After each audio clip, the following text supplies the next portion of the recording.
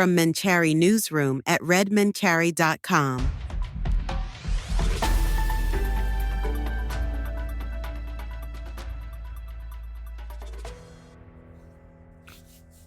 Hello everyone and welcome to today's rundown. It's May 2nd. I'm Vico Santos. Here's are the top stories. With just 48 hours until polling day, Prime Minister Anthony Albanese and opposition leader Peter Dutton are making their final campaigns push across the country.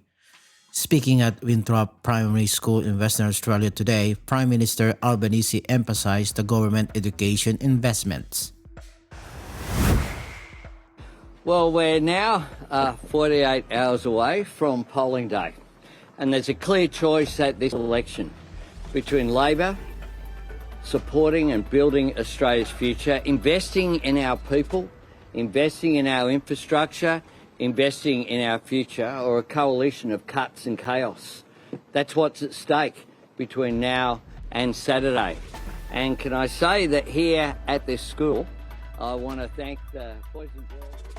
The Prime Minister highlighted his government achievement in education, childcare, and aged care, framing the election as a choice between the Labor supporting and building Australia's future versus what he called a coalition of cuts and chaos. Meanwhile, opposition leader Peter Dutton, speaking from his marginal seat of Dickson in Brisbane, focused on cost of living pressures. Mr. Dutton characterized the election as a referendum on the past 3 years of Labor government, repeatedly asking voters if they were better off today than 3 years ago. A lot of families who are really doing it tough, a lot of small businesses who have closed over the last 3 years, and this election really is a referendum not about the election campaign but about the last 3 years of government. Are you better off today than you were 3 years ago? And what will it be like under 3 more years, particularly if it's a Labor Greens government, where extra spending will mean extra inflation, which means higher prices, including higher interest rates. On the alternative side, the Coalition has a positive plan to help Australians. We want to cut the cost of everybody's fuel bill by 25 cents a litre, and that's going to save you about $14 a tank. We're going to give back $1,200 by way of tax rebate to an average taxpayer. The coalition has today released its election costing, with Shadow Treasurer Angus Taylor claiming a $14 billion improvement to the budget bottom line over 4 years. Mr. Taylor's announcement that coalition will deliver a $40 billion reduction of debt while still implementing their promised tax cuts and cost of living relief measures. There's a $14 billion improvement in the budget position over the course of the 4 years, the forwards as they're called, a $40 billion reduction in debt. And what we're seeking to do here is balance household budgets that have been absolutely smashed under a bad Labor government, where we've seen homegrown inflation, the biggest reduction in our standard of living in history, more than any other peer country, balancing the need to fix household budgets and support households through a tough time, with fixing the government budget, which has been red ink deficits as far as the eye can see. However, the costing revealed the coalition will run larger deficit than Labor's in the first 2 years before achieving improvement in the later years. Finance Minister Katie Gallagher immediately criticized the figures. But I think today has confirmed what we all knew, which is we'll see higher taxes under the Liberals, savage cuts, and there's a lot of holes in their document that they've released this afternoon, including on nuclear, but also in the areas of APS and significant cuts to housing, skills and energy. And I think that's a real contrast between the responsible costings that Jim and I, the Treasurer and I, put out on Monday.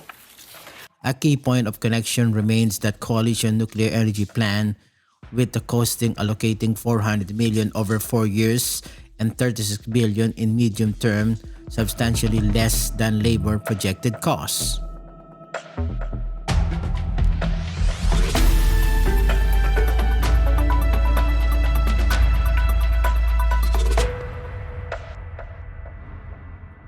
The coalition plan cuts 41,000 public service jobs over 5 years has emerged as a major election issue, with the new details revealed in today's costing release. Shadow Finance Minister Jane Humin clarified that the reduction will be achieved through hiring freeze and natural attrition, contradicting earlier statement from campaign spokesman James Patterson that voluntary redundancy will be part of the approach. So we've said that, and we've worked very closely with the PBO on this, and our advice is that natural attrition, a hiring freeze and natural attrition, will allow us to reach 41,000 in reduction in ASL over 5 years. Now, that's, I think, the most important thing. We're not expecting voluntary redundancies, and natural attrition and hiring freeze should get us there. The cuts primarily targeted at Canberra-based positions are projected to save approximately $17 billion. The government has questioned the feasibility of these numbers, with Treasurer Jim Chalmers claiming the coalition has got their numbers wrong on their job cuts in the Australian public service.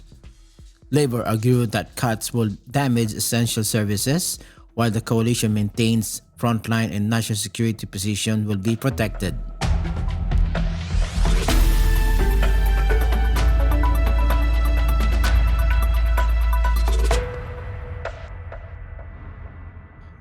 The economic impact of migration policy has featured prominently in today's budget discussion, with the coalition plan to reduce net overseas migration by 100,000 people annually, estimated to cost $4.2 billion.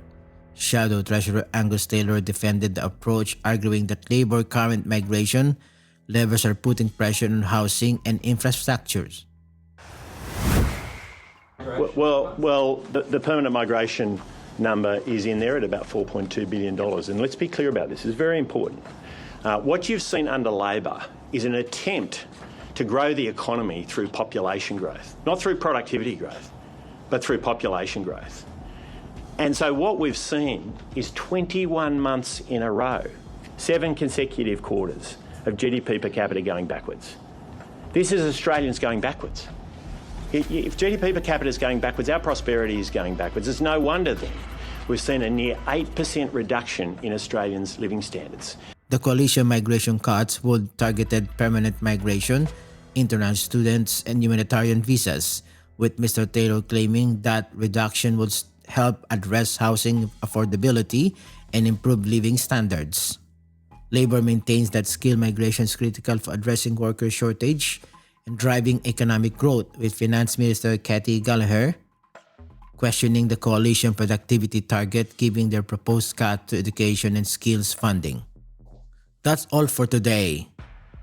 For more details on those stories and additional news coverage, visit our website at readmentcarry.com. I'm Miko Santos.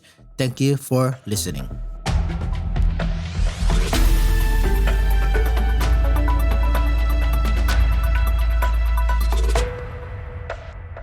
Subscribe to Menchari for news with authentic Gen X perspective. Cutting through the noise with zero fluff. Available now across all podcast platforms. News without the noise, perspective without the panic.